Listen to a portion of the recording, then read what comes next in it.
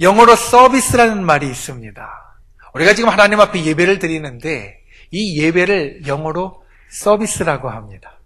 또 서비스는 우리가 알듯이 다른 뜻도 있습니다. 다른 사람을 위하여서 봉사해 주는 것도 우리는 서비스라는 말을 씁니다. 나라를 위해서 봉사하는 것도 똑같이 서비스라는 말을 합니다. 이 서비스라는 말이 예배라는 뜻도 있고 그와 같이 봉사라는 뜻도 있습니다. 이걸 잘 생각하고 들어보십시오. 한 미국 목사님이 5살 난 소녀와 함께 예배당으로 들어가고 있었습니다.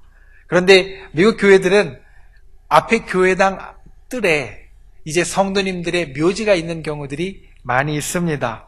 지나가고 있는데 한 묘지들에 군인들의 이름이 새겨진 비석이 있었습니다.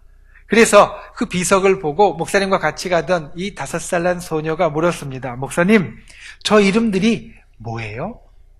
그러자 목사님이 대답을 합니다. 군인으로서 국가를 위하여서 봉사하다가 이제 죽은 사람들이기 때문에 이렇게 이야기를 했습니다. 서비스를 하다가 죽은 사람들이란다. 그랬더니 이 소녀가 눈을 동그랗게 뜨며 물어보는 겁니다. 아, 그래요, 목사님? 그러면 저분들은 9시 예배에서 죽었나요? 11시 예배에서 죽었나요?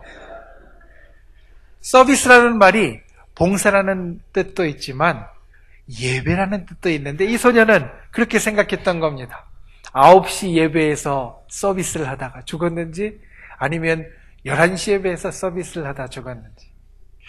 그냥 우리가 지나가면서 우스갯소리로 들을 수 있는 이야기지만 또 이 가운데 우리가 생각할 것이 있습니다. 뭐냐면 우리가 지금 하나님 앞에 예배하는 이 시간, 어떤 사람에게는 이 시간이 참 기쁘고 즐거운 시간이지만 어떤 분들에게는 이 시간이 참 죽을 것 같이 힘든 시간이라는 겁니다. 죽을 것 같이 힘들고 피곤한 시간.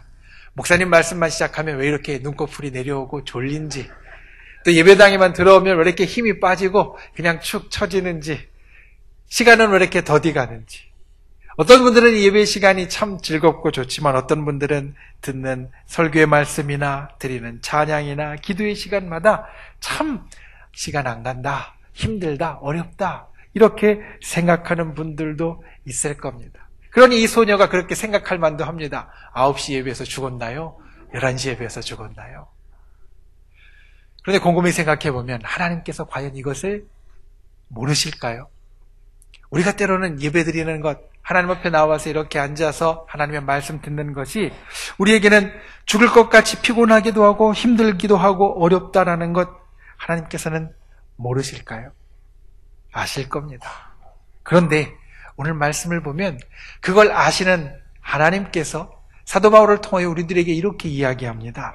오늘 우리가 함께 봉독한 로마서 12장 1절의 첫 번째 부분은 그러므로 형제들아 내가 하나님의 모든 자비하심으로 너희를 권한다 라고 말합니다. 하나님의 자비하심은 우리가 이 땅을 살아가는 삶의 근거입니다. 그리고 우리가 나중에 나아갈 천국의 소망을 갖게 하는 그런 아주 중요한 것입니다. 천국에 들어가는 사람들이 행실로 들어갈 사람은 없다라고 성경은 말합니다. 무슨 이야기냐면 우리가 이 땅에서 착한 일에서, 우리가 이 땅에서 좋은 일에서, 우리가 이 땅에서 선한 일, 괜찮은 일에서 천국에 들어가는 일은 죽었다 깨어나도 없다라는 겁니다. 우리가 천국에 들어가기 충분할 정도로 이 땅을 살면서 좋은 일 하면서 사는 것은 우리 사람에게는 사실 불가능한 이야기고, 그 가운데 하나라도 잘못한 것이 있거나 그 가운데 하나라도 죄를 짓는 것이 있으면 그것 때문에 안 된다라는 겁니다. 그런데 우리는 천국에 들어갈 수 있습니다. 어떻게 들어갈 수 있냐면 하나님께서 우리를 사랑하셔서 우리들에게 자비를 베풀어 주셨기 때문입니다. 우리가 우리의 삶의 행실로, 행동의 결과로는 저 천국에 들어갈 자격이 없지만 하나님께서 사랑하셔서 너는 들어와도 돼, 너는 저 천국에 들어와도 돼 라고 인정해 주시는 그 자비하심 때문에 우리는 구원을 받았습니다. 이 자리에 있는 저와 여러분들은 그와 같이 하나님의 사랑을 받은 사람들입니다. 하나님의 자비하심을 입은 사람들입니다. 그런데 이 중요한 하나님의 자비하심, 그것도 앞에 모든이라는 말을 붙여서 하나님의 모든 자비하심으로 너희를 권한다. 정말로 우리의 구원에 있어서 제일 중요한 하나님의 자비하심으로 우리에게 권하는데 무슨 이야기를 하냐면 예배를 드리라 라고 말씀하고 있습니다.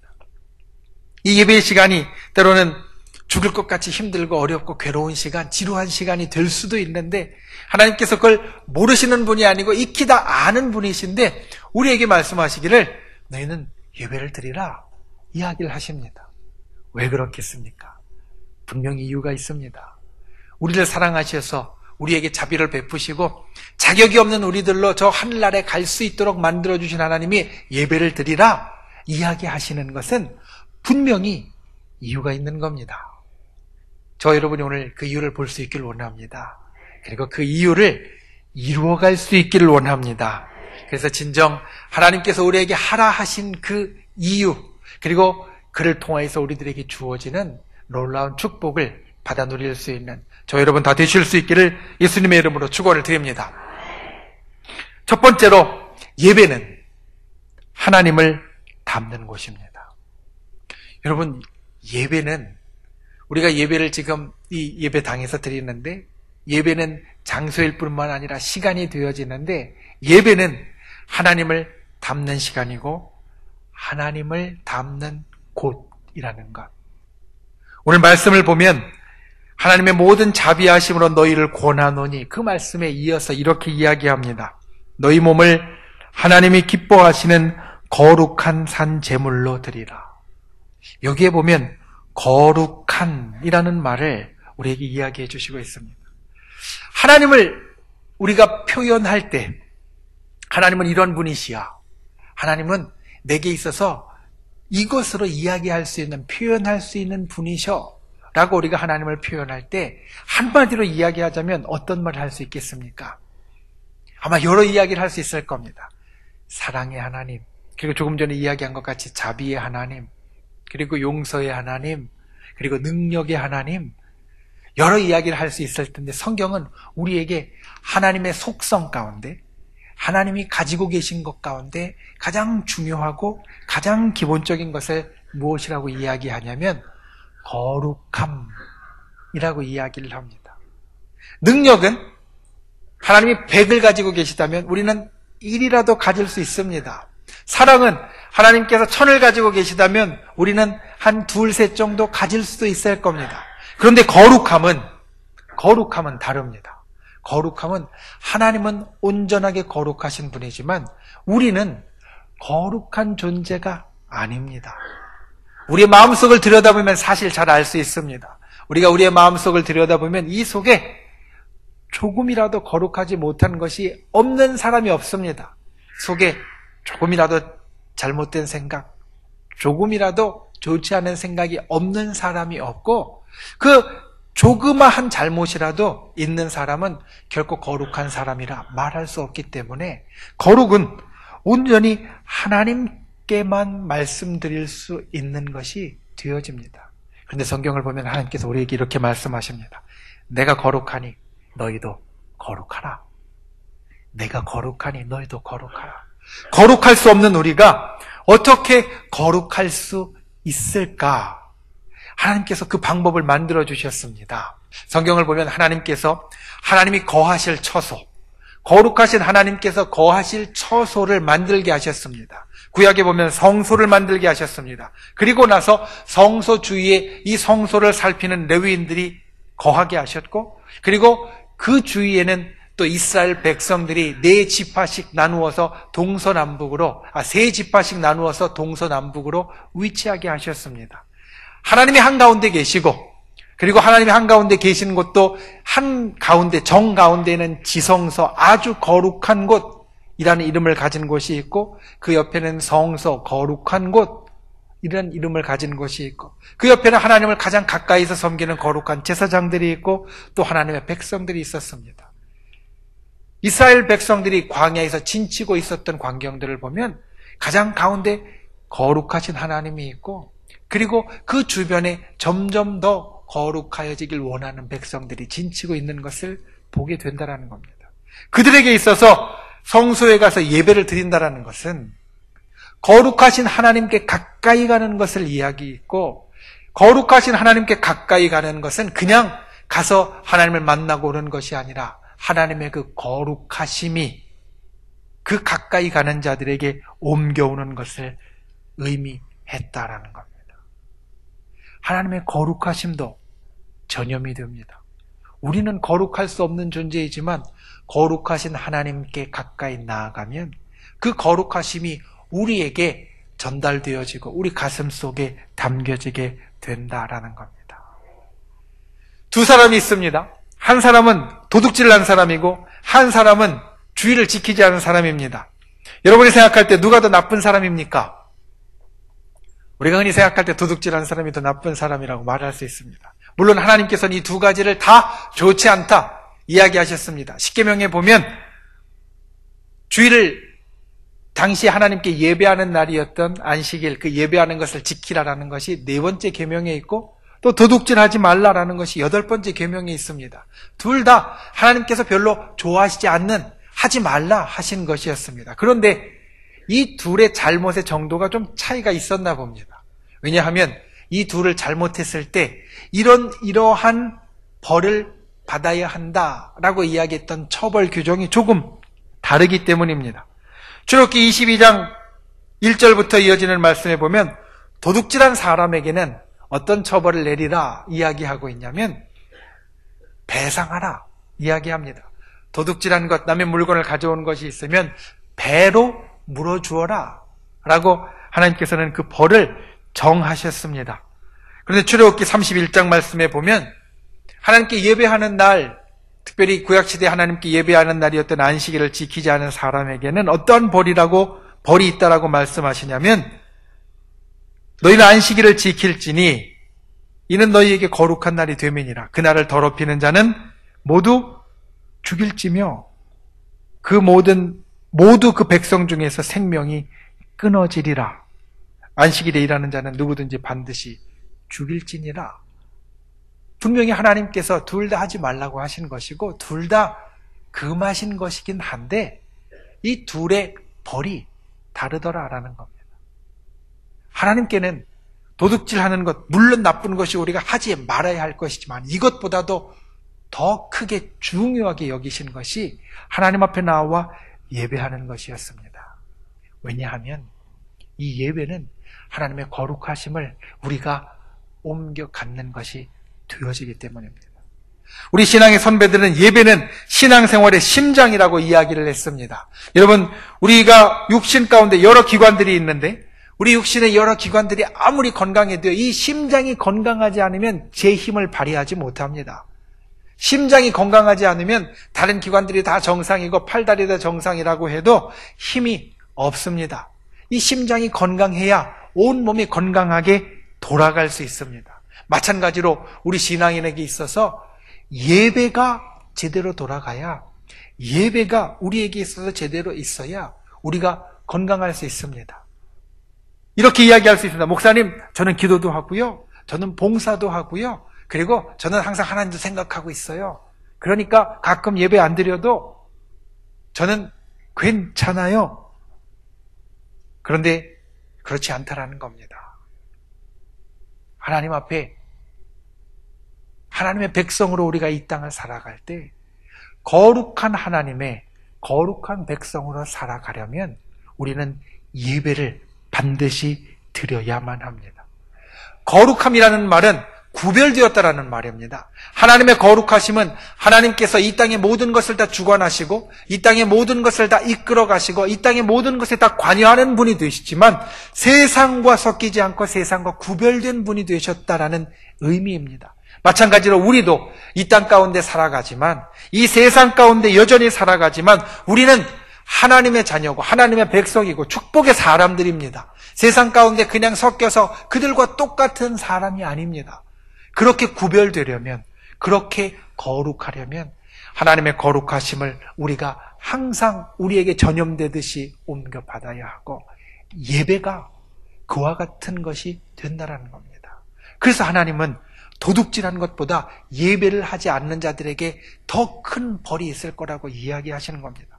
하나님의 백성이 이 땅에서 하나님의 자녀로 살아갈 힘을 얻는 곳, 하나님의 백성으로서 구별되어 살아갈 능력을 얻는 곳, 그와 같은 것을 시작하는 것이 바로 예배이기 때문에 예배는 하나님께 있어서 정말 중요한 것이었고 또 우리에게 있어서도 정말 중요한 것이 되어집니다. 여러분, 예배를 통하여 하나님을 닮는 분이 되시기를 바랍니다. 예배를 통하여 하나님의 거룩하심을 이 속에 담아가는 분들이 되시기를 바랍니다. 예배를 통하여서 세상을 이길 힘을 얻는 분들이 되시기를 바랍니다. 예배를 통하여서 하나님의 능력을 힘입는 분들이 되시기를 주님의 이름으로 축원을 드립니다. 두 번째로 예배는 하나님을 만나는 곳입니다. 구약에 보면 하나님께 나아가는 사람은 재물을 가지고 나오라라고 말씀합니다. 하나님께서 너희는 나에게 나올 때 공수로 나오지 말라, 빈손으로 나오지 말라, 이렇게 이야기를 합니다. 이 말씀이 사실 우리에게 있어서는 좀 부담이 되는 말씀인 것은 사실입니다. 난 그냥 부담 없이 하나님께 나아가서 예배하고 싶고 그리고 그냥 하나님만 만나고 싶은데 하나님은 꼭 나올 때 뭘 갖고 오라고 하셨어. 그런데 여러분, 이 재물이라는 것은 하나님께서 우리들에게 말씀하실 때 형편에 맞게 하도록 이야기를 하셨습니다. 재물은 힘이 되고 능력이 되는 분은 송아지를 바칠 수도 있지만 힘이 없고 능력이 안 되는 분은 비둘기 새 2마리를 바칠 수도 있습니다.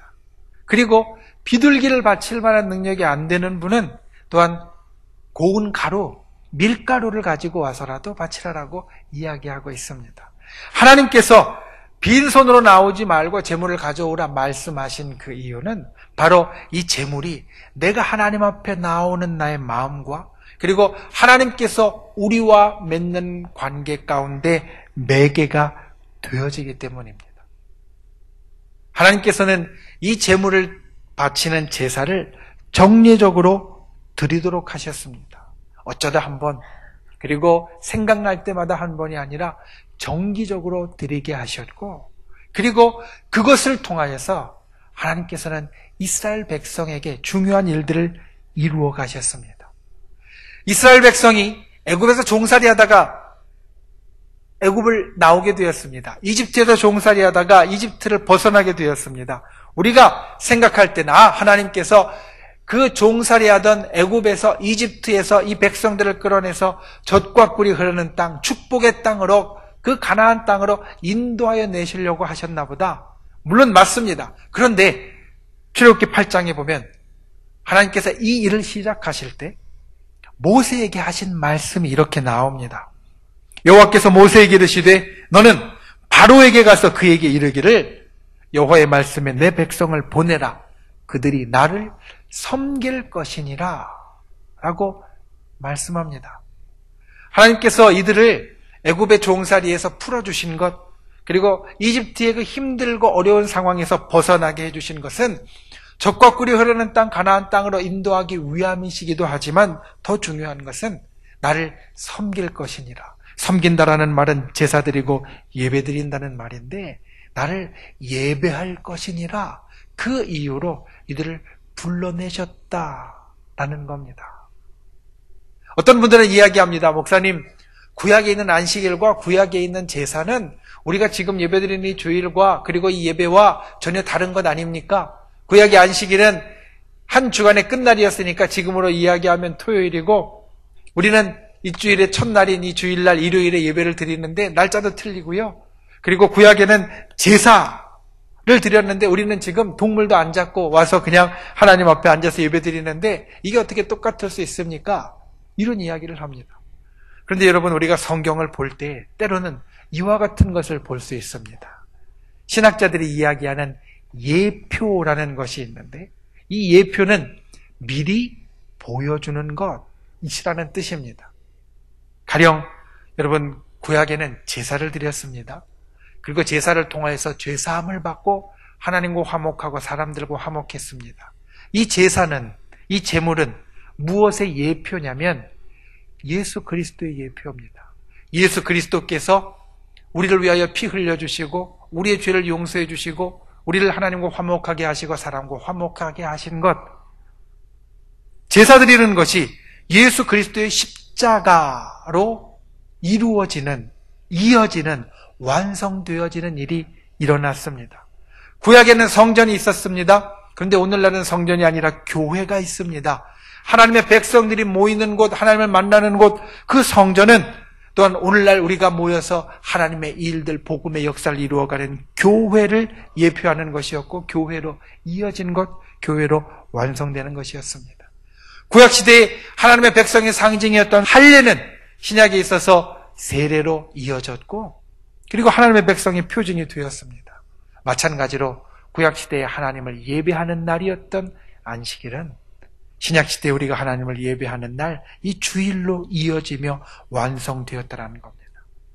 예수님께서 부활하신 날도 이 첫째 날 주일이었고, 부활하시고서 제자들에게 나타나신 것도 이 첫째 날 주일이었고, 성령께서 강림하신 날도 이 첫째 날 주일이었고, 사도행전 20장에 보면 초대교회들이 모여서 예배했던 날도 이 첫째 날 주일이었고, 그리고 우리 성경의 마지막에 있는 요한의 계시록, 앞날의 일을 우리들에게 일러주는 사도 요한이 주님을 만나고 주의 말씀을 들은 날도 계시록 1장 10절 말씀에 보니까 주의 날에 내가 성령에 감동하여 음성을 들었다.